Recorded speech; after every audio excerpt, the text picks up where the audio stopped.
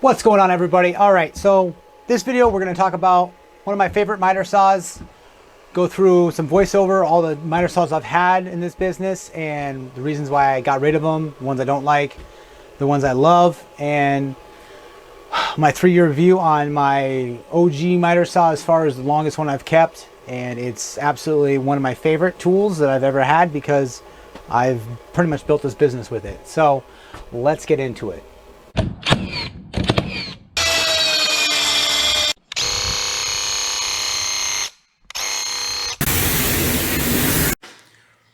What's going on, everybody? All right, so we've got Makita's XSL06, XSL06 10-inch compound dual bevel miter saw. This is a saw that I absolutely adore because, well, we can zoom out a little bit there, because I basically built most of my business with this saw. Does it have its faults? Absolutely. Let's go over them. But at the same time, I still have it. I do have the replacement, and I do have a 7 1/4 there, so I don't have to carry this baby upstairs and stuff like that. So what I love about it, is basically the small footprint. You can see here, you can butt it straight up. That's as much as space you need, because the railing's in the front. It is absolutely such a small footprint. Accuracy, it is very, very accurate. I think I didn't have to adjust but maybe one fence out of the box when I got it, and then that's pretty much it. I did have to adjust the plate. I did drop this baby, not drop it, but it rolled down an embankment and flipped over and busted a couple things because I just slipped and fell trying to get it up an embankment for a customer's house. So I do have a video out there, maybe I'll link it up there, but I had to replace this, a couple other small pieces in here, but at the same time I just made sure everything was true and straight, and it's fantastic.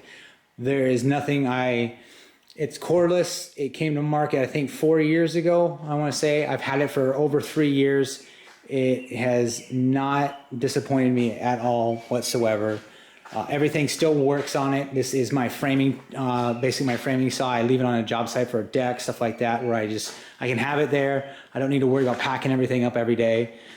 It is on the Makita WSTO01N stand. I'm kind of mixed. It's great. It's got a lot of space right here, but at the same time, I'm missing a roller, missing a foot down there. So we can go over that a different day. But the actual 36 volt dual bevel compound miter saw that Makita brings to the table is phenomenal.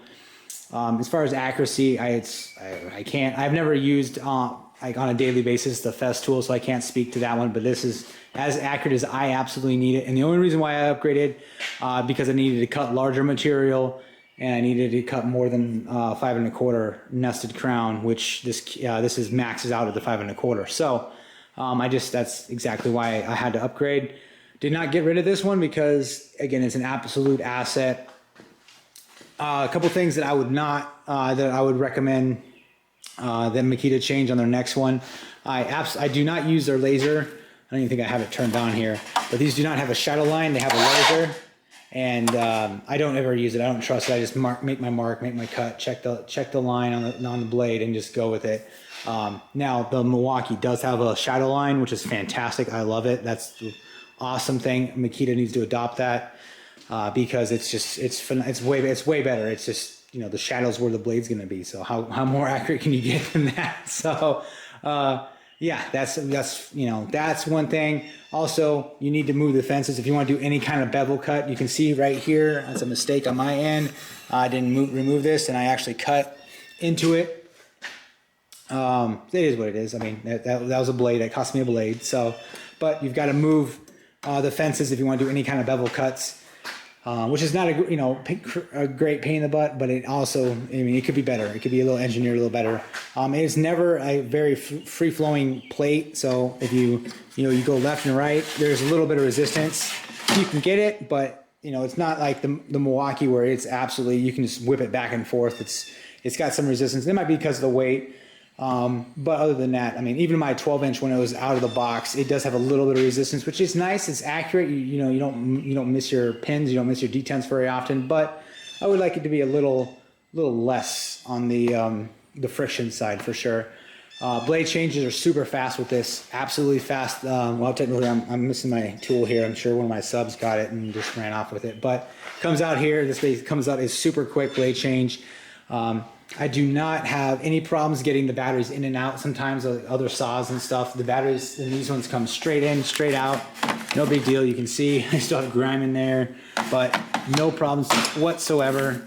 And I'm not a big fan of dual battery platform, like dual battery tools. I don't really like that at all. Actually, the only ones that I have are mounted or non-real mobile, which is my miter saw. So that's basically the only ones and the track saw. So, but that just slides on a track, which I don't mind at all. But if I'm, drills and stuff like that, I'm not all about that for sure. Again, this is every 10-inch is a perfect one for pretty much 95% of contractors. Get yourself a 10-inch miter saw. It does pretty much everything you need it to do. I highly recommend. If I had to do it over again, I would buy this in a heartbeat. They are expensive, but they are a precision tool. This is accurate. This is not your beat 'em up, your Ryobi, or your rigid tools. I mean, even the Milwaukee 10-inch doesn't even hold a candle to this. Because I sold it to get this because I just had problems with deflection. Blade deflection on here is, I wouldn't say it's non-existent, but at the same point, it's within spec to what I need to do. I'm not a 100 and, I'm not a, absolute, only trim carpenter where I need every, 16th of a degree to make that perfect miter. But at the same time, it needs to be accurate where I don't, I don't have to make repeated cuts or waste material. So, I think that's about all I have. Again, cons, weight, 60 pounds with the batteries. That's, it is heavy, but that's, it is what it is. You're not going to really find many crazy light saws with a 10-inch. We do have a 26-pound 7 1/4, which does a lot of great. That's why I have that saw, but that's neither here nor there. Yeah, I think that's all I have to say about the 3-year review on this, you guys. It's been a phenomenal tool. Don't hesitate to get yourself a 10-inch. 12-inch, I would say 12 inches are great, but they're huge. Like it's massive. It's a massive saw. So if you need it, smaller spaces, get yourself the 10-inch, and I would highly recommend the Makita 36-volt 10-inch because small footprint. You can butt it up against walls. It is one heck of a great saw. Again, I'm missing my hose. Here's a hose that goes right here to right there. So yeah. Anyways. But you can see I use my tools. They are used. I try not to abuse them, but at the same time, this is not a Instagram fashion show. They are dirty. They are being used in the field. So